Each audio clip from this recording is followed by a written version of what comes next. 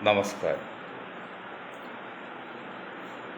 ഞാൻ Moideen Shah, independent political observation, സ്വതന്ത്ര രാഷ്ട്രീയ നിരീക്ഷണം, ആ സംഘടനയുടെ ചെയർമാനാണ്. ബഹുമാന്യരെ, AKGയുടെ ജന്മദിനമാണ്. സഖാവ് EMS അവരുടെ ജന്മദിനം കഴിഞ്ഞു, 19 കഴിഞ്ഞു. മറ്റൊന്ന്, തൃക്കാക്കര സബ് ജയിലിൽ കീഴുദ്യോഗസ്ഥര്, മേലുദ്യോഗസ്ഥൻ, അത് വനിതകളിലാണ് ഉള്ളത്, മോശമായ രീതിയിൽ പെരുമാറിയെന്നും അതിനെതിരെ നടപടി എടുത്തു അറിയുന്നുണ്ട്. ഒരു കാര്യം പറയാം, ഇനിയും ഇത് ആവർത്തിച്ചാൽ അതിന് വലിയ വില കൊടുക്കേണ്ടി വരുമെന്ന് മുന്നറിയിപ്പ് പറയാം. ബഹുമാന്യരെ, നമ്മുടെ ഇപ്പോഴത്തെ രാഷ്ട്രീയ വിലയിരുത്തി നടത്തുമ്പോൾ ഇന്നൊരു ചാനൽ പറഞ്ഞു 95 സീറ്റ് കോൺഗ്രസ് കിട്ടുമെന്ന്. ഇതെല്ലാം പറഞ്ഞ് കേട്ട് അവസാനം കോൺഗ്രസ്സിൽ ഈ മുഖ്യമന്ത്രി മോഹികൾ എല്ലാം കുഴപ്പത്തിലെത്തി. അത്ര ഈസി അല്ല. ഈ വരുന്ന അസംബ്ലി ഇലക്ഷനിൽ കേരളത്തിൽ UDF ഭരണത്തിൽ എത്താന്നുള്ളത് അത്ര ഈസി അല്ല എന്ന് വളരെ അനുകൂലമായ ഘടകങ്ങളുണ്ട്.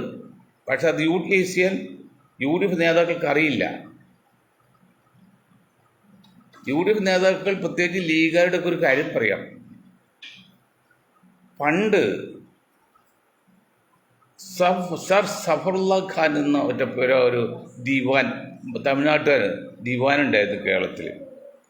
അത് കേരളത്തിൽ ചാദ്യത്തെ ശേഷം അന്ന് ശ്രീ പത്മനാഭസ്വാമി ക്ഷേത്രത്തിലെ വിഗ്രഹത്തിൽ നിന്ന് കണ്ണിനീര് വന്നു എന്നാണ്. രേഖയൊന്നും കൊടുക്കാൻ പറ്റില്ല, പറഞ്ഞു കേട്ടാണ്ടിരിക്കുക. എന്താ വെച്ചാൽ, ഒരു മുസ്ലിം സ്ഥാനത്തിരിക്കുന്നു, അതിൽ ദേവിക്ക് അല്ലെങ്കിൽ അവിടെ ആണാണല്ലോ സ്വാമിയില്ലേ, സുഖകരമല്ല, ഇഷ്ടമല്ല, അതൊരു സങ്കടമാണ്. വാസ്തവത്തെ അത് ട്യൂബ് വഴി വെള്ളം ചാടിച്ചാണ്. അങ്ങനെ പല സ്ഥലങ്ങളിലും നടക്കുന്നുണ്ട് എന്ന് പറഞ്ഞ പോലെ കേരളത്തിലെ സഭകൾക്ക് പോലും ഈ ഇന്ത്യൻ യൂണിയൻ മുസ്ലിം ലീഗിൻ്റെ കീഴിലുള്ള ഒരു മന്ത്രിസഭ, ഒരു ഭരണം ഇനി വരുന്നത് അവർക്ക് ഇഷ്ടമല്ല. സഭ അതിനു വേണ്ടി സഭ ഏതറ്റം വരെ പോകും. ഇപ്പോൾ കുഞ്ഞാക്ക് കൊണ്ട് ഈ വയനാടിൽ കൊണ്ട് ഈ സഭ തമ്പുരാക്കന്മാരൊക്കെ കണ്ട് പൂജിച്ച് കാൽ തൊഴിൽ വന്നല്ലോ. ഈ സഭയുടെ നേതാക്കളുടെയും ഒരു സഭയ്ക്ക് മനഃശാസ്ത്രം അറിയാത്ത കുഞ്ഞാക്കനെ പോലെ പടുവീട്ടികൾക്കോട് പറയാണ്. കുഞ്ഞാക്കൊക്കെ അറിയാവോ? മുസ്ലിം ലീഗിന് അറിയാവോ? കഴിഞ്ഞ മുമ്പിലത്തെ ഉമ്മൻചാണ്ടി മന്ത്രിസഭ എന്തുകൊണ്ട് താഴെ പോയി? അല്ലെങ്കിൽ രണ്ടാമത് ഇലക്ഷനിൽ മന്ത്രിസഭ അധികാരത്തിൽ കയറിയില്ല. അതിൽ മനസ്സിലായോ? നിങ്ങൾ 5ാം മന്ത്രിസ്ഥാനം വിഡ്ഢികളായ ലീഗ് നേതാക്കൾ 5ാം മന്ത്രിസ്ഥാനം ആവശ്യപ്പെട്ട് അത് പാവം തങ്ങളെ ഉയർത്തി. കൊല്ലത്ത് മലബാറിൽ നിന്ന് ട്രിവാൻഡ്രത്തോട് നിന്ന് അവിടുന്ന് കോട്ടയത്തോണ്ട് ആ പാവം സുഖ തങ്ങളെ അത് അന്ന് ഉമ്മൻചാണ്ടി മനസ്സ് വിചാരിച്ചിട്ടോ കുഞ്ഞാക്ക ഈ തെണ്ടികളെ വെള്ളം വളം വേണ്ടെന്ന്. അതുകൊണ്ടല്ലേ, അല്ലെങ്കിൽ എന്തിനാണ് ഉമ്മൻചാണ്ടി ഭരണത്തിൽ എത്താമെന്ന് കുഴപ്പം? ഇബ്രാഹിംകുട്ടി പൊതുവിനകത്ത് ഒന്നിയപ്പോൾ റോഡൊക്കെ ഇട്ടാകുതല്ലേ? പാലായിട്ട് കേസ് ഉണ്ടാക്കിയല്ലേ? ഇബ്രാഹിം കുഞ്ഞിനെ തോൽപ്പിക്കാൻ സാധിക്കില്ല ഇവിടെ ആർക്കും. അദ്ദേഹം രാഷ്ട്രീയം മാത്രമല്ല, ജാതി മാത്രമല്ല, എല്ലാവരും സോപ്പെടുന്ന ആളാണ്. അപ്പോൾ അദ്ദേഹത്തിന് മത്സരിക്കാൻ അവസരം കൊടുത്താൽ ജയിക്കാൻ പറ്റില്ല. അത് മനസ്സിലാക്കിയ ഇടതുപക്ഷം പാലാട്ട് കേസുണ്ടാക്കി. പാലാട്ട് കേസ് അത്ര ശക്തമായിരുന്നോ? അവിടെ നിന്നാണ് ഈ വാർത്ത കമ്പിക്ക് അല്പം ഗേജ് കുറഞ്ഞാണ്. അങ്ങനെയെങ്കിൽ മുറ്റത്ത് മെട്രോയ്ക്ക് കൊടുത്ത ഒരു പില്ലറ് സ്ട്രോങ് ഏരിയയിൽ എത്താതെയാണ് രണ്ടാമതൊരു പില്ലർ ഉണ്ടാക്കി കൊടുത്തത്. അതിനേക്കാൾ തെറ്റാണോ ഒരു കമ്പി പറഞ്ഞത്? അപ്പോൾ അതൊന്നുമല്ല. അവിടെ ഇബ്രാഹിം കുഞ്ഞിനെ മാറ്റണം, മത്സരിപ്പിക്കാൻ അവസരം കൊടുക്കാതെ അയാളെ ബ്ലാക്ക് ലിസ്റ്റിൽ പെടുത്തണം. LDF വരണം, മുഖ്യമന്ത്രിയായാലും മന്ത്രിയാകാം. LDF ഭരണം കിട്ടി മന്ത്രിയാകാം. ആ കരക്കൂട്ടിലല്ലേ ഇത്? അതിന് കൗണ്ടറായിട്ട് പറയാൻ ഈ മണ്ടന്മാരായ ലീഗ് നേതാക്കൾക്ക് ഇബ്രാഹിം കുഞ്ഞിന് സാധിച്ചില്ല. കാക്കാടേക്ക് പോകുന്ന മെട്രോ സ്റ്റേഷന് ഒരടി വ്യത്യാസമുണ്ട് ഈ ആ പാലു തമ്മിൽ. അത് ആര് കുറ്റായിരുന്നു? ഇബ്രാഹിമിൻ്റെ കുറ്റാണോ? എൻജിനീയേഴ്സ് കുറ്റാണ്. പക്ഷെ അത് പറഞ്ഞാൽ ആൾക്കാർ തല്ലിക്കൊല്ലും. അതുകൊണ്ട് കമ്പി കോൺട്രാക്ട് കുറവാണ് ഇബ്രാഹിമിൻ്റെ കുറ്റാണെന്ന് പറഞ്ഞിട്ട് പ്രശ്നമുണ്ടാക്കി രാത്രി പാലം പൊളിച്ച് തെളിവില്ല നശിപ്പിക്കാൻ വേണ്ടി. ഇത് കുഞ്ഞാക്കും ലീഗിനും മനസ്സിലാകുന്നുണ്ടോ? അന്ന് ഉമ്മൻചാണ്ടി ഒരു കാര്യം മനസ്സിലാക്കി, ഇനി ഇവർക്ക് ഇവിടെ ഭരണം വേണ്ടെന്ന്. അങ്ങനെ എന്താ ചെയ്ത് ഉമ്മൻചാണ്ടി? ഇത് മരിച്ചുപോയാൽ കുറിച്ച് പറയാൻ പാടില്ലെങ്കിൽ സമൂഹത്തോടും സമുദായത്തോടും ചെയ്ത ദ്രോഹം പറയാതിരിക്കാൻ വയ്യ. കന്നിന് കയം കാണിക്കുന്ന പറയും. കന്ന് വെച്ചാൽ കുട്ടികൾ, ഏത് കിടാക്കൾ എന്ന് പറയും. തുള്ളിച്ചാടി കാട്ടുകൂടി തുള്ളിച്ചാടുക. അതിനെ കയം എന്ന് പറഞ്ഞാൽ ആഴമുള്ള കുളത്തിൽ ആഴമുള്ള സ്ഥലം. അവിടെ കായ പിന്നെ അവിടെ പോരുമില്ല. കന്നിന് കയം കാണിക്കുന്ന ഒരു ശൈലിയുണ്ട്, ഒരു പഴഞ്ചൊല്ലുണ്ട്. കുഞ്ഞാക്കയും ഈ ഇപ്പോഴത്തെ രമേശൻ കേൾക്കാൻ വേണ്ട. അതിനർത്ഥം CPM-ൻ്റെ കയ്യിലേക്ക് ഭരണം വിട്ടുകൊടുത്ത ഉമ്മൻചാണ്ടി, അന്ന് CPM പിണറായി ഉമ്മൻചാണ്ടി രണ്ട് ധാരിലെത്തിയിരുന്നു. എന്താണ്? സരിത കേസ്. അന്ന് UDF മന്ത്രിസഭയിൽ 20-30 മന്ത്രിയായിരുന്നു. ഒരു മന്ത്രി ബാക്കി എല്ലാവരും സരിത കേസ് പെട്ടു എന്ന് പറഞ്ഞ്. ആ ഒരു മന്ത്രി ആരായിരുന്നു? ഒരു പെണ്ണായിരുന്നു, ആദിവാസി സ്ത്രീ. എല്ലാ ആണുങ്ങളും അത് പെട്ടെന്ന് പറഞ്ഞ്. അങ്ങനെ നശിച്ചിരിക്കുമ്പോൾ ഉമ്മൻചാണ്ടി ആ കേസായിട്ട് നടക്കുമ്പോൾ ഭരണം വന്നാൽ പിന്നീട് രമേശ് ചെന്നിത്തല VM സുധീരൻ മുഖ്യമന്ത്രിയാവും. ഉമ്മൻചാണ്ടി കേസായിട്ട് കോടതി കയറി ഇറങ്ങണം. കരുണാകരനെ പോലും വെല്ലുന്ന യുക്തി കുതന്ത്രമുള്ള ഉമ്മൻചാണ്ടി സമ്മതിക്കുമോ? അപ്പം പിണറായിയോട് പറയും, ഭരണം ഞാൻ നിങ്ങൾക്ക് കേൾപ്പിക്കാം, എന്നെ ഉപദ്രവിക്കരുത്. അത് പിണറായി സമ്മതിച്ചു. മരിക്കുന്നവരെ കേസിലൊന്നും അകത്താക്കിയില്ല. അതിനു മുൻപ് വേറൊരു സംഭവം ഉണ്ടായി. ഓർമ്മയുണ്ടോ? സഖാക്കൾക്ക് ഓർമ്മയുണ്ടോ? അല്ലെങ്കിൽ കോൺഗ്രസ്സുകാർക്ക് ഓർമ്മയുണ്ടോ? ലീഗിന് ഓർമ്മയുണ്ടോ? ഈ ഉമ്മൻചാണ്ടി മന്ത്രിസഭയിൽ താഴെ ഇറക്കാൻ വേണ്ടി പിണറായി സഖാവും പാർട്ടി അല്ലെങ്കിൽ LDF പാർട്ടി കണ്ണൂരിൽ നിന്നൊക്കെ അണ്ടിപ്പരിപ്പ് ഉണക്കമുന്തിയൊക്കെ ആയിട്ട് 6 മാസം വരെ സമരം ചെയ്യാൻ വേണ്ടി തയ്യാറായിട്ട് ട്രിവാൻഡ്രത്ത് വന്ന സമയത്ത് അന്ന് യൂസഫ് അലി, പലവരും ദൈവമായ യൂസഫ് അലി ലണ്ടനിലെ ഓണാഘോഷിക്കാൻ പോയേക്കാണ്. അന്ന് ഓണാഘോഷം ലണ്ടനിലെ നാക്കൊല്ലം തിരക്കുള്ള സമയത്ത് അങ്ങനെ വിശ്രമിക്കാൻ പറ്റുന്നില്ല. അവിടെ വെച്ച് ധാരെത്തി. ആ ധാരെന്നറിയോ? പിണറായി അകത്താക്കില്ല, ഉമ്മൻചാണ്ടി പുറത്താക്കില്ല എന്നാണ്. പിണറായി ലാവലിംഗ് കേസിൽ അങ്ങ് ഒട്ടിയിട്ടാണ്, അകത്താക്കാം. ആ ഒരു ധാരണത്തി ഒരിക്കൽ കൂടി പറയൂ, പിണറായിയെ അകത്താക്കൂല, ഉമ്മൻചാണ്ടി പുറത്താക്കൂല. അത് ഉമ്മൻചാണ്ടി മന്ത്രിസഭ രാജിവെപ്പിക്കാൻ സമ്മതിക്കില്ല, പ്രശ്നം ഉണ്ടാക്കൂല, പകരം പിണറായി അകത്താക്കൂല. അങ്ങനെ യൂസഫിൽ മധ്യസ്ഥ ചർച്ച തീരുമാനത്തിലെ അന്ന് സമരം തുടങ്ങിയ പിറ്റേന്ന് രാവിലെ 11 മണിക്ക് CPI പോലും അറിയിക്കാതെ സമരം പിൻവലിച്ചു. സമരം പിൻവലിച്ചപ്പോൾ എന്താ അവർ പറഞ്ഞറിയുമോ? 19,000 പേർക്ക് അപ്പിയുടെ സ്ഥലമില്ല തിരുവനന്തപുരത്ത്, അതുകൊണ്ട് സമരം പിൻവലിക്കാമെന്ന്. ഈയിടോ മരക്കെഴുതുകളെ, നിങ്ങൾക്കറിയില്ലേ തിരുവനന്തപുരം എത്ര അപ്പിയുടെ സൗകര്യം എന്നൊക്കെ? ഒരു ദിവസം ഉണ്ടായതാണോ? അതല്ല ഈ ധാരണ. ഇതൊരു പരസ്പര ധാരണ, എഴുതപ്പെടാത്ത നിയമമുണ്ട്. അങ്ങനെയാണ് ഈ സംഭവങ്ങൾ നടക്കുന്നത്. ഇത് പാവം ജനങ്ങൾ അറിയുന്നുണ്ടോ? കുഞ്ഞാക്കായി മനസ്സിലാകുന്നുണ്ടോ? അല്ലെങ്കിൽ മറ്റുള്ള സഖാക്കൾ മനസ്സിലാക്കുന്നുണ്ടോ? അങ്ങനെ ഇരിക്കെ ഈ സഭയ്ക്ക് അന്ന് ഈ ഉമ്മൻചാണ്ടി ക്രിസ്ത്യൻ ലോബിയാണല്ലോ, ക്രിസ്ത്യൻ്റെ ആളാണല്ലോ. സഭയും ഉമ്മൻചാണ്ടി കാണണല്ലോ. അവർ ധരിക്കുന്ന പോലെ ഞങ്ങൾക്ക് ഇവിടെ ഹോൾഡില്ല എന്നും ഇനി ഒരു UDF നിയന്ത്രിക്കാതെ ഞങ്ങൾക്ക് സാധിക്കില്ലെന്നും, അതിന് മുൻപുള്ള KPC ഭാരവാഹികൾ 125 പേരുള്ളിൽ 95 പേരും ഈ 10% ക്രിസ്ത്യൻ സമുദായത്തായിരുന്നു. ബാക്കി 25-30 പേരാണ് പുറത്തുണ്ടായത്. 40% മുസ്ലിങ്ങൾ ഉൾപ്പെടെ പുറത്തുണ്ടായത്. അതുപോലെ അവസ്ഥ ഇനി കിട്ടുന്നത് മനസ്സിലായി. കാരണം ഇപ്പോഴത്തെ കിട്ടിയിട്ടില്ല, പുതിയതിലും കിട്ടിയിട്ടില്ല. അപ്പോൾ അവരെന്താണ്, ഇനി UDF ഭരണം വേണ്ട, BJP ഓർ CPM. അതിന് സഭയെ BJP കേന്ദ്ര ഗവൺമെൻറ് ഇതുപോലെ വിലക്കെടുത്തു. സഭയെ ഇരിക്കപ്രതി ഇല്ലാതെയാക്കി അവസാനം മുസ്ലിങ്ങൾക്ക് എതിരെ വെറുതെ മൗനം പാലിച്ചപ്പോല ശക്തമായിട്ട് ഇല്ലാത്ത കളവ് പറഞ്ഞ് എതിരെ പ്രവർത്തിച്ച് കാണിച്ചു കൊടുത്താൽ മാത്രമേ രക്ഷൂ, അല്ലെങ്കിൽ നിങ്ങൾക്ക് അകത്താക്കും, വിദേശ ഫണ്ട് നിർത്തും, പിന്നെ കലാം നിയമം മാറ്റിയിട്ട് ചർച്ച ആക്കി ഉണ്ടാക്കും, അങ്ങനെ എല്ലാം ഭീഷണിപ്പെടുത്തി. പാവങ്ങൾ സുഖിച്ച് ജീവിച്ചല്ലേ, അവർ അധ്വാനിച്ചില്ലല്ലോ, അധ്വാനിക്കാൻ സൂചിച്ച് ജീവിച്ചില്ല. അതായത് ഈ ലോകത്ത് അല്ലെങ്കിൽ കേരളത്തിലെങ്കിലും സുഖലോലുപരായിരുന്നറിയോ, CPM നേതാക്കളും കത്തോലിക്ക സഭാ പുരോഹിതന്മാരാണ്. അവർ രണ്ടുപേരും അത്ര ആസ്വാദനമുള്ളൂ, വേറെ ഒരു പാർട്ടികളെ ഒരു ജാതിക്കില്ല. അങ്ങനെ തിന്ന് സുഖിച്ച് കഴിഞ്ഞവർക്ക് അകത്തൂയി കിടക്കാൻ പറ്റില്ല. ഓടാനുകൂടിയ സ്വത്തുണ്ട്, അത് കളയാൻ പറ്റില്ല. എന്താ പിന്നെ കാര്യം, മുസ്ലിം ലീഗുകാർ അവരെ എതിർക്കാം, വല്ല മുസ്ലിങ്ങളെ എതിർക്കാം. അതായത് തീവ്രവാദി മുസ്ലിങ്ങളെ എതിർത്തവരല്ലേ ഇപ്പം പറഞ്ഞറിയോ, മുസ്ലിങ്ങളെ മൊത്തത്തിൽ എതിർക്കാണ്. അത് ഇന്നലെ പറഞ്ഞു 2% മുസ്ലിങ്ങൾ തീവ്രവാദികളെന്ന് ഈ ക്രിസംഗിയും സംഘിയും മുസംഗിയൊക്കെ പറയുന്നുണ്ട്. അങ്ങനെയെങ്കിൽ എങ്ങനെയാടോ പിന്നെ ഈരാറ്റുപേട്ട താലിബാനാകുന്നത്? അത് ഞാൻ ജോർജിനോട് താക്കീത് കൊടുത്ത്, കാരണം നിങ്ങൾ എല്ലാവരും വിഡ്ഢിയാക്കരുത്, ബുദ്ധിയുള്ളവരുണ്ടെന്ന് മനസ്സിലാക്കണം എന്ന് പറഞ്ഞ് അതിൻ്റെ ഫലം കണ്ടുപിടിച്ചിട്ടുണ്ട്.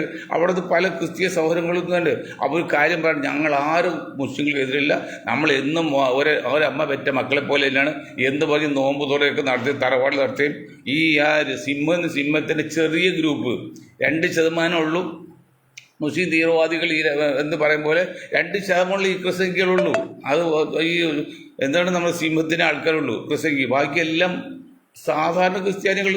മുസ്ലിം ക്രിസ്ത്യാനി സൗഹാർദ്ദത്തിൽ പോകണം, അവർ പല പല അനുഭവത്തിൽ തെളിയിക്കുകയാണ്, നടത്തിക്കൊടുക്കുകയാണ്. അവർ പ്രസ്താവന നടത്തി, അവർ ഇഫ്താർ വിരുന്ന് നടത്തി, എല്ലാം മുന്നോട്ട് പോവുകയാണ് സൗഹാർദ്ദമായിട്ട്.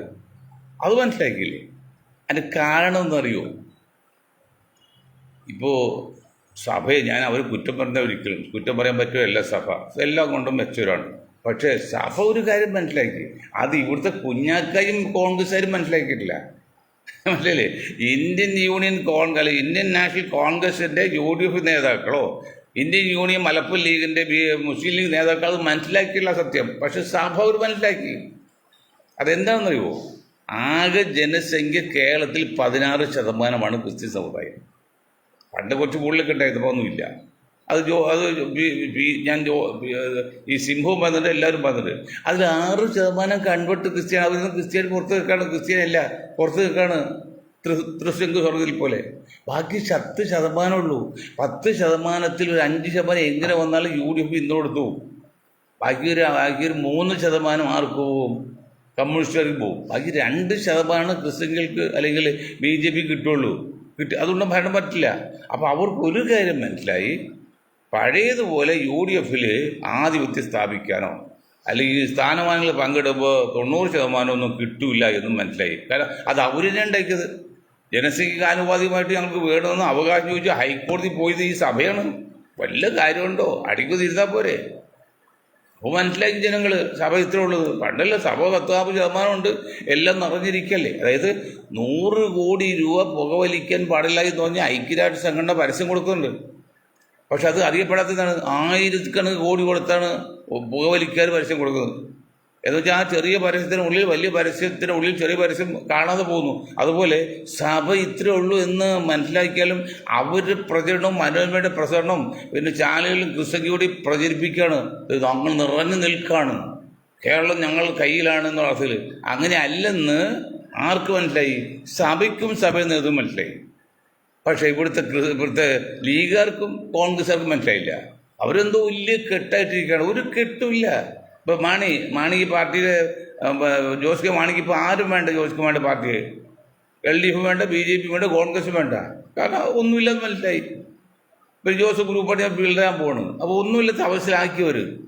അങ്ങനെ വരുമ്പോൾ തല്ലുണ്ടാക്കി മുന്നോട്ട് പോകാതെ ഈ നിന്നത്തെ മുഖ്യമന്ത്രി എന്ന് പറയുന്ന 5-6 പേര്, അല്ലെങ്കിൽ ശശി തരൂർ ഏതാണ്ട് ഔട്ടാകാൻ പോകണം, 6 പേര് കൊണ്ട് ഭരിക്കാൻ പറ്റില്ല. അപ്പോൾ UDFന് താല്പര്യമുണ്ടെങ്കിൽ ഞങ്ങളൊരു സ്വതന്ത്ര രാഷ്ട്രീയ നിരീക്ഷകൻ എന്ന നിലയിൽ അല്ലെങ്കിൽ നിരീക്ഷണ സംഘടനയുടെ ആളെന്ന നിലയിൽ ഞങ്ങൾ പറയാം, നിങ്ങൾക്ക് വീട് സ്വീകരിക്കാം.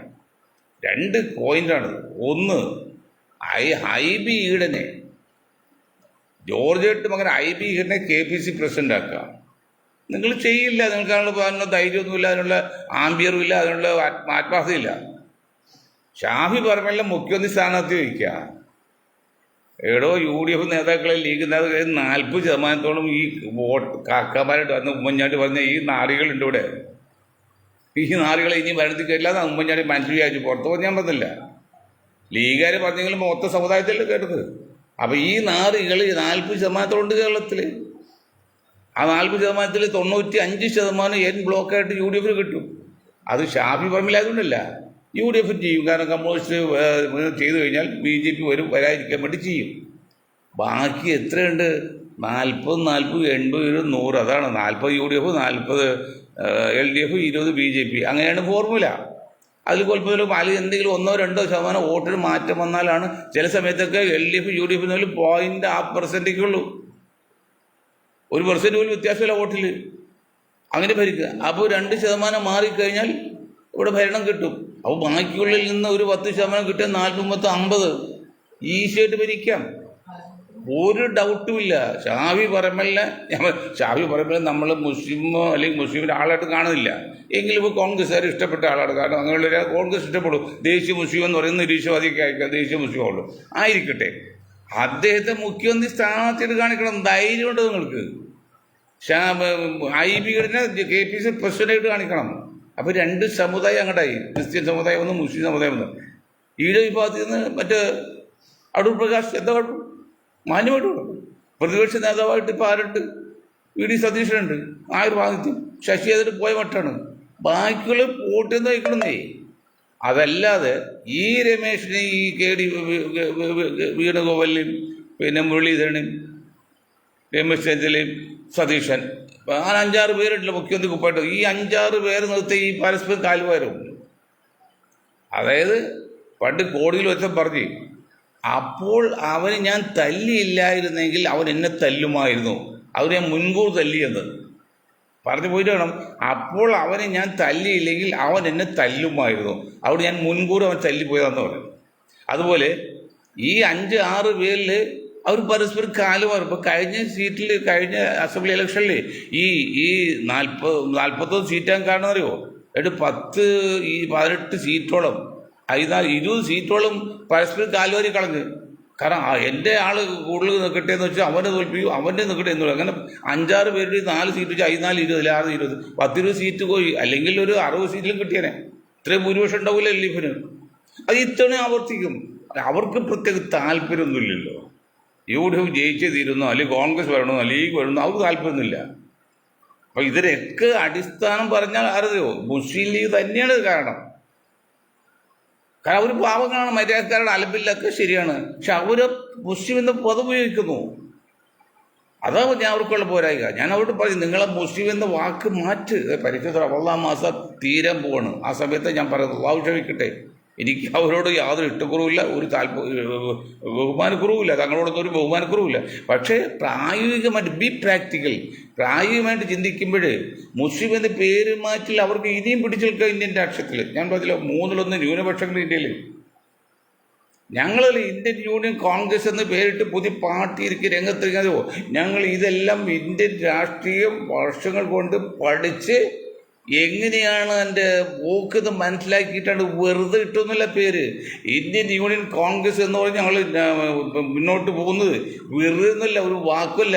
വളരെ ശാസ്ത്രീയമായിട്ട്, വളരെ ആക്യുറേറ്റായിട്ട്, വളരെ കുലങ്കഷമായി ശാസ്ത്രീയമായിട്ടൊക്കെ പഠിച്ച്, മനഃശാസ്ത്രമായിട്ട് ചിന്തിച്ച്, ഫിലോസഫിക്കലായിട്ട് ചിന്തിച്ചൊക്കെയാണ് ആ പേര് കണ്ടുപിടിച്ച് അതുപോലെ രൂപം കൊടുത്തത്. ഇന്ത്യൻ യൂണിയൻ കോൺഗ്രസ് IUC, ഒന്ന് ഇന്ത്യൻ നാഷണൽ കോൺഗ്രസ് INC. ഒന്ന് ആര് നയിക്കുന്നു? ഒന്ന് ഇന്ദിരാഗാന്ധി നയിക്കുന്നു. മറ്റാര് നയിക്കുന്നു? ഇന്ത്യയുടെ ഭർത്താവ് ഫിറോസ് ഗാന്ധിയുടെ നയിക്കാൻ ആ ഒരു പേരില്ലേ. എങ്ങനെയുണ്ട് കളി? നമുക്ക് കോൺഗ്രസ് തോൽപ്പിക്കുക എന്നുള്ളതല്ല നമ്മുടെ ലക്ഷ്യം. കോൺഗ്രസ് BJP മാറ്റി നിർത്തി കോൺഗ്രസിനെ എങ്ങനെയെങ്കിലും അധികാലത്ത് വരുത്താം. കാരണം വരുത്തിയാലോ എല്ലാം ആകാശം ഇടിഞ്ഞ് വീഴൊന്നുമില്ല. പക്ഷേ അല്ലെങ്കിൽ എല്ലാം സ്വർഗത്തിൽ ആയിട്ടില്ല, എന്നാലും ഒരു തൽക്കാല ആശ്വാസം കിട്ടും. ഇതിപ്പോൾ കണ്ടില്ലേ, ഔറംഗസീബ് എന്നാലും പറഞ്ഞല്ലോ, ഔറംഗസീബിൻ്റെ അങ്ങനെ ശവകുടീരം ഇല്ല. അദ്ദേഹം പറഞ്ഞു എൻ്റെ ഞങ്ങൾക്ക് ഔറംഗസീബിനെ പോകത്തിപ്പാണ്ട് ഒരു കാര്യമില്ല. നമ്മുടെ രാജ്യം മാതൃരാജ്യം ഇന്ത്യയാണ്, ഇന്ത്യയിലെ ഭരണമാണൊക്കെയാണ്. ഇന്ത്യ ഭരിക്കുന്ന കക്ഷി നമ്മൾ അംഗീകരിക്കുക എന്നുള്ളത് ഞങ്ങളുടെ ഈമാൻ്റെ ഭാഗമാണ്. അത് ഔറംഗസീബിന് നമുക്കില്ല. പക്ഷേ ചരിത്രം പഠിക്കണ്ടേ? അദ്ദേഹത്തിന് അവിടെ ഒരു ശവകുടീരം പോലും ഇല്ല. ഇല്ലെന്ന് അദ്ദേഹം വസിയത്ത് വെച്ചാൽ മരിക്കുമ്പോയിട്ട് പറയുന്നതാണ് വസിയത്ത്.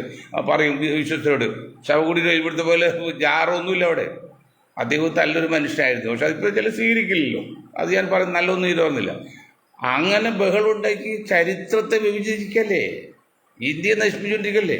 ബാക്കിയുള്ള സുനിത വില്യംസും അതൊക്കെ ശൂന്യാകാശത്ത് പോയി താമസിച്ച് പഠിച്ചൊക്കെ വരുന്നു. മറ്റ് പല രാജ്യങ്ങളിലും നമ്പർ 1 ആകുന്നു. ഇവിടെ എന്താണ് ചെയ്യുന്നത്? ഇന്ത്യയിൽ ഈ ജാതി പറഞ്ഞ് മതം പറഞ്ഞ് വർഗീയത ഉണ്ടാക്കല്ല വല്ല കാര്യമുണ്ടോ? വല്ല സത്യമുണ്ടോ? GDP ഏറ്റവും കൂടുതൽ വരുമാനം ഉണ്ടല്ലോ, അന്ന് 24% ഉണ്ടായിരുന്നു എന്നാണ് ചരിത്രം പറയുന്നത്. GDP അത്ര സമർത്ഥമായിരുന്നു. കാരണം അതങ്ങൾക്കെല്ലാം 1000ഓളം വർഷം മുസ്ലിം ചക്രവർത്തിമാർ മുഗൾ ചക്രവർത്തിമാരെല്ലാം ഇന്ത്യ ഭരിച്ചിട്ട് ഒരു സ്വാതന്ത്ര്യ സമരം ഉണ്ടായില്ല ഇവിടെ. പക്ഷേ രാജാക്കന്മാർ തമ്മിൽ അത് ഒരുപക്ഷെ ഹിന്ദു രാജാവോ മുസ്ലിം രാജാവോ, ഹിന്ദു രാജാക്കന്മാരുടെ പ്രജകളെ സൈനികരെല്ലാം മുസ്ലിങ്ങളാണ്, മുസ്ലിം രാജാക്കന്മാരുടെ പ്രധാന സൈനികരെല്ലാം ഹിന്ദുക്കളാണ്. അങ്ങനെയൊക്കെ യുദ്ധം ഉണ്ടായിട്ടുണ്ട്, ഇല്ലെന്നില്ല. അല്ലാതെ മതത്തിൻ്റെ വർഗത്തിനും ജാതിയുടെ പേരിൽ ഒരു സമരവും ഈ 1000ഓളം വർഷം ഇന്ത്യയിൽ ആരും നടത്തിയില്ല. ഏതാണ്ട് അന്നും ഉണ്ടല്ലോ 80% ഹിന്ദുക്കൾ. 80% ഹിന്ദുക്കൾ രാജ്യത്ത് ആരെങ്കിലും പ്രതിഷേധം ഉണ്ടാക്കൂലേ? ഒരു കുഞ്ഞു പ്രതിഷേധം ഉണ്ടാക്കിയോ? അത്ര ദുരിതമാണ് അനുഭവിച്ചതെങ്കിൽ സമരം ചെയ്യാതിരിക്കുമോ? അത്ര മണ്ടന്മാരാണ് അന്നത്തെ ആൾക്കാർ? ഇല്ല. പക്ഷെ ബ്രിട്ടീഷുകാർ 200 കൊല്ലം തികച്ചില്ല. അപ്പോഴേക്കും ശക്തമായ സമരത്തിലൂടെ അവർ പറഞ്ഞിട്ടില്ലേ? തല്ല ഇന്ത്യയിലെ സമ്പത്ത് മുഴുവൻ അമേരിക്ക അല്ലെങ്കിൽ ബ്രിട്ടൻ അങ്ങോട്ട് കൊണ്ടുപോയിരുന്നത്. ഏറ്റവും വലിയ കിരീടപേരും കൊണ്ടുപോയി നിങ്ങൾക്കറിയാമല്ലോ. പക്ഷെ മുഗൾ ചക്രവർത്തി ഒരു പൈസ ഇന്ത്യക്ക് വെളിയിൽ കൊണ്ടുപോയിട്ടില്ല. ഇന്ത്യയെ തന്നെയാണ് ചെലവാക്കിയത്. അതാണ് സമ്പത്ത് ഇങ്ങനെ വളർന്നത്, വരുമാനം ദേശീയ വരുമാനം വർദ്ധിച്ചൊക്കെ. അപ്പം അതുകൊണ്ട് അതിനൊക്കെ ഒരു പരിഹാരമാകട്ടെ എന്ന് വിചാരിച്ചാണ് ഈ കോൺഗ്രസോട് നമ്മൾ ഇങ്ങനെ താല്പര്യം കാണിക്കില്ല. അത് നല്ലതായിട്ടോ അത് തെറ്റിയാത്തൊന്നുമില്ല. അടിയന്തരാവസ്ഥ കിടപ്പുണ്ട്.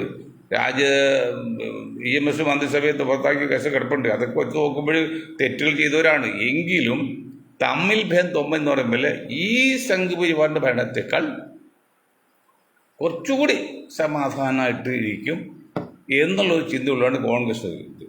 അപ്പം അതുകൊണ്ട് ആ കളിയൊന്നും മനസ്സിലാക്കാതെ സഭയ്ക്ക് മനസ്സിലായി പഴയതുപോലെ പണ്ടേ പോലെ പല്ലിന് ചൗര്യം വലിക്കുന്നില്ല എന്ന് പണ്ട് പറഞ്ഞ പണ്ടേ പഴയൊന്നും ആധിപത്യമൊന്നും സഭയ്ക്കോ സഭ നിയന്ത്രിക്കോ ക്രിസ്ത്യൻ സമുദായത്തിൽ കേരളത്തിൽ കിട്ടില്ല. ഞങ്ങളിവിടെ പരങ്ങലിലാണ്, ഞങ്ങളുടെ പരങ്ങലാണ്, എണ്ണം വളരെ കുറഞ്ഞവരാണ്. ഇനിയും എല്ലാവരും ഉള്ള ക്രിസ്ത്യൻ സമുദായം ഔട്ട് ഓഫ് ഇന്ത്യയിലേക്ക് പോവുകയാണ്. അതുകൊണ്ട് ആ ഇതൊക്കെ മനസ്സിലായി. അപ്പോൾ എന്ത് ചെയ്ത് എന്നാൽ മുസ്ലിം സംഘപരിവാർ പറയുമ്പോൾ അവർ സപ്പോർട്ട് നിന്നാൽ തൽക്കാലം പിടിച്ചെടുക്കാം എന്ന് വിചാരിച്ച് നിൽക്കക്കള്ളി ഇല്ലാതെയാണ് ഈ സഭ പിന്തുണ കൊടുക്കുന്നത്. ഞാൻ അതുകൊണ്ട് സഭയെ കുറ്റപ്പെടുത്തുന്നില്ല. കാരണം അവർക്കത് ചെയ്തേ തരും, അത് അവരുടെ ആവശ്യമാണ്. പക്ഷെ ആ സഭ മനസ്സിലാക്കിയ കാര്യം ഈ ലീഗുകാർ മനസ്സിലാക്കിയില്ലല്ലോ, ഈ കോൺഗ്രസ് പോലും മനസ്സിലാക്കിയില്ലല്ലോ. അവരിപ്പോഴും ഈ സഭയുടെ അല്ലെങ്കിൽ ക്രിസ്ത്യൻ സമുദായത്തിൻ്റെ പുറകെ പോകുന്നത്. ഇത് സംഘപരിവാരം പോണതിൻ്റെ പറയുകയാണ്, ഇപ്പോൾ കമ്മ്യൂണിസ്റ്റും പോണതിൻ്റെ പറയുകയാണ്, ഇത് പിണറായി സഖാവരും പോകുന്ന അതിൻ്റെ പറയുകയാണ്. പിണറായി സഖാവ് പോകുന്നതിന് ഒരു കാരണമുണ്ട്. കാരണം UDF കിട്ടുന്ന ഒരു വോട്ട് BJPക്ക് പോകുകയാണെങ്കിൽ, ക്രിസ്ത്യൻ സമുദായത്തിൻ്റെ വോട്ടും പോകുകയാണെങ്കിൽ LDF സംബന്ധിച്ച് 2 വോട്ട് ഫലം ചെയ്യും. അത് തന്നെയല്ല UDF മനസ്സിലാക്കുന്നൊരു കാര്യമുണ്ട്. മനസ്സിലായിട്ടുണ്ടാവും, പുറത്തു പോകില്ല. ഇവിടെ LDF നിലനിൽക്കേണ്ടത് BJPയുടെ ആവശ്യമാണ്, കേന്ദ്രം ഭരിക്കുന്ന കക്ഷിയുടെ ആവശ്യമാണ്. ഇതൊന്നും UDF മനസ്സിലാകുന്നില്ല. അത് തർക്കം ഉണ്ടാക്കുകയാണ്. ആരോ വലിയ 95 സീറ്റ് കിട്ടും, അപ്പോൾ പിന്നെ ധൃതി പിടിക്കില്ല. അത് നമ്മൾ പറഞ്ഞു പ്രതീക്ഷ തെറ്റില്ല, അമിത പ്രതീക്ഷ തെറ്റാണ്. അംബിഷൻ നല്ലതാണ്, പക്ഷേ ഓവർ അംബിഷൻ വന്നാൽ അപകടമാണ്. ഇപ്പോൾ അമിത പ്രതീക്ഷയാണ് കോൺഗ്രസ് നേതാക്കൾക്ക്. 95 കിട്ടും, 100 കിട്ടും. ഇത്തവണ എങ്ങനെയും ഞങ്ങൾക്ക് തന്നെ അങ്ങനെയൊന്നും ഇല്ല സുഹൃത്തുക്കളെ. കോൺഗ്രസ്സുകാരും ലീഗുകാരും മനസ്സിലാക്കുക അങ്ങനെയൊന്നും ഇല്ല. അടിസ്ഥാനപരമായിട്ട് നിങ്ങൾ ചില കാര്യങ്ങൾ ചെയ്തില്ലെങ്കിൽ, UDF സംബന്ധിച്ച് പറയുന്നത് ചെയ്തില്ലെങ്കിൽ നാശത്തിന് പക്കത്താണ്. ആദ്യമായിട്ട് ചെയ്യുന്ന മുസ്ലിം ലീഗിലെ ഒന്നുമില്ല, നിങ്ങൾ മുന്നണിയിൽ നിന്ന് പുറത്താക്കുക, മാറ്റി നിർത്തുക. ഇച്ചിരി ബുദ്ധിമുട്ടുണ്ട് മാറ്റി നിർത്തുമ്പോൾ. എന്നിട്ട് അവർക്ക് എന്ത് സീറ്റ് കൊടുത്തിട്ട് അത് സ്വാതന്ത്ര്യം നിൽക്കുക, ബാക്കി അവർ സപ്പോർട്ട് കിട്ടിയാൽ മതി. മുന്നിലില്ല. അപ്പോൾ പലരും ലീഗിലേക്ക് വരും, UDFിലേക്ക് വരും. അല്ലെങ്കിൽ അവരെ പേര് മാറ്റാം, മുസ്ലിം എന്ന പേര് മാറ്റാം, ബാക്കി പേരൊന്നും മാറ്റാം, കൊടി മാറ്റാം, ചിഹ്നം മാറ്റാം, ഒന്നും മാറ്റണ്ട. മുസ്ലിം എന്ന വാക്ക്. അപ്പോൾ ഞാൻ വീണ്ടും പറയണം, മുസ്ലിം എന്ന വാക്കിന് കുഴപ്പമില്ല. ഈ പൊളിറ്റിക്സിൽ വരുമ്പോൾ, രാഷ്ട്രീയത്തിൽ വരുമ്പോൾ ഇവിടുത്തെ മുസ്ലിങ്ങൾ, ലീഗല്ലാത്ത മുസ്ലിങ്ങൾക്കും മറ്റ് ഇതര സമുദായങ്ങൾക്കും അതൊരു ബുദ്ധിമുട്ടുണ്ട് മാനസികമായിട്ട്. ഒരു ജാതി പാർട്ടിയാവട്ടെ, വേറെ ഒന്നുമല്ല. മുസ്ലിം ലീഗ് വർഗീയ പാർട്ടിയൊന്നും ആരും പറയുന്നില്ല കേരളത്തിൽ, ഞങ്ങളും പറയുന്നില്ല. അത് നേതാക്കൾ കുഴപ്പക്കാരൊന്നുമല്ല. മറ്റേതൊരു പാർട്ടിയേക്കാൾ 10 പോലും അഴിമതിയായിട്ടില്ല അവർ. മറ്റ് ഇതര രാഷ്ട്രീയ പ്രസ്ഥാനങ്ങളെ അപേക്ഷിച്ച് താരതമ്യം ചെയ്താൽ 10 പോലും അഴിമതി ചെയ്യാത്തൊരു പാർട്ടിയുടെയും മുസ്ലിം ലീഗാണ്. മുസ്ലിം ലീഗാന്ന് പറയാൻ കാരണം അവർ ഈ പഞ്ചാബുകാരുടെ ബുദ്ധിയും തലച്ചോറിൻ്റെയും നമ്മുടെ തലച്ചോറ് പോലെയാണ്. പഞ്ചാബ് തലച്ചോർക്ക് ആർക്കും വേണ്ട. കാരണം അറിയുമോ, അത് ഉപയോഗിച്ച ഒന്നുമില്ല.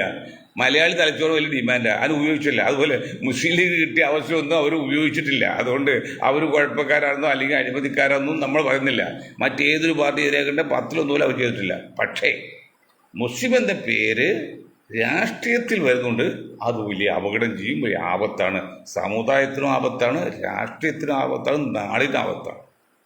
അത് മനസ്സിലാക്കുക. അവരെന്തുകൊണ്ട് മനസ്സിലാക്കുന്നില്ല? എന്താ മനസ്സിലാക്കാത്തത്? ഞാൻ പറഞ്ഞുതരാം. അവർ തലതൊട്ടപ്പനാണല്ലോ കോൺഗ്രസിൻ്റെ ഇന്ത്യ മുന്നണി ആള്. ആ ഇന്ത്യ മുന്നണി ആൾക്കാർ 541 സീറ്റുള്ള ഇന്ത്യൻ പാർലമെൻറ്റിലേക്ക് ഈ രാഹുലിനും പ്രിയങ്കയ്ക്കും അവിടെ നിന്നൊരു സീറ്റിൽ ജയിക്കില്ല എന്ന് പൂർണ്ണ ബോധ്യപ്പെടുത്തിയതിന് ശേഷമല്ലേ അവർ ഈ വയനാട്ടിൽ വന്ന് മുസ്ലിം ലീഗിൻ്റെ കുത്തകളുടെ സ്ഥലത്ത് അവരുടെ കാലിൻ്റെ അടിയിൽ, കാലിലെ ഇട എന്ന് പറഞ്ഞാൽ വാക്ക് പറ്റും, കാലിൻ്റെ അടിയിൽ ഒന്ന് മത്സരിച്ച് അവിടെ പോയത്, അർമാദിച്ചത്. അതുകൊണ്ടാണ് കഴിഞ്ഞ പോലത്തെ കൊല്ലത്ത് 10 സീറ്റ് പോയത്. പക്ഷെ കഴിഞ്ഞ പ്രാവശ്യം ആ ലീഗിൻ്റെ അന്നത്തെ പോലെ ലീഗ് കൊടിയൊന്നും കാണിച്ചില്ല. അവർക്ക് അത്ര പ്രചരണം നടത്താൻ പറ്റില്ല. പിന്നെ BJPയിൽ നല്ല ഒരു സൗന്ദര്യപ്പെടുന്ന കാലം അങ്ങനെയാണ് 50 സീറ്റ് വരെ 100 സീറ്റ് കോൺഗ്രസ് കിട്ടിയത്. അത് കോൺഗ്രസിന് മഹത്വം അല്ലെങ്കിൽ ഒന്നുമില്ല. പിന്നെ മുന്നണി അഖിലേഷ് യാദവായിട്ടുള്ള ബന്ധമൊക്കെ അതൊക്കെ ഒരു ഘടകമാണ്. പക്ഷെ ഇപ്പോഴും ലീഗിന് എന്തുകൊണ്ടാണ് മുസ്ലിം എന്ന പദം മാറ്റാൻ പറയുന്നത് അവർക്ക് മനസ്സിലാകുന്നില്ല. അതുപോലെ ഈ നിമിഷം വരെ കോൺഗ്രസ്സുകാർക്ക് 540 സീറ്റുള്ള ഇന്ത്യൻ പാർലമെന്റിലേക്ക് ഈ മുസ്ലിം ലീഗിൻ്റെ കാലിൻ്റെ അടിയിൽ വന്ന് ജയിച്ചു പോയതിൻ്റെ ദൂഷ്യം എന്താണെന്ന് കോൺഗ്രസ്സുകാർക്ക് പലർക്കും മനസ്സിലായില്ല. ഈ KC വേണുഗോപാലിനും മനസ്സിലായില്ല. ഇന്നാൾ ചർച്ച ചെയ്യുമ്പോൾ ഒരു നേതാവ് അതിനെന്താ അവിടെ എവിടെയും മത്സരിക്കാം. പക്ഷേ മത്സരിച്ച് പാർലമെന്റിൽ എത്തിയാൽ മതിയെങ്കിൽ ഓക്കെ, ഒരു കുഴപ്പമില്ല. ഇന്ത്യയിൽ ഏത് വാർഡിലൊന്നും ജയിച്ചാൽ മതിയത് പാർലമെന്റ്. പക്ഷെ പാർലമെന്റ് എത്തിയാൽ പോരാ, 543 ഇരട്ടി പകുതി 272 സീറ്റ് കിട്ടിയാലേ ഭരിക്കാൻ പറ്റുള്ളൂ. അപ്പോൾ ഇവിടെ വന്ന് നിൽക്കുമ്പോൾ വടക്കേഞ്ചിൽ പലതും കാല് മാറി.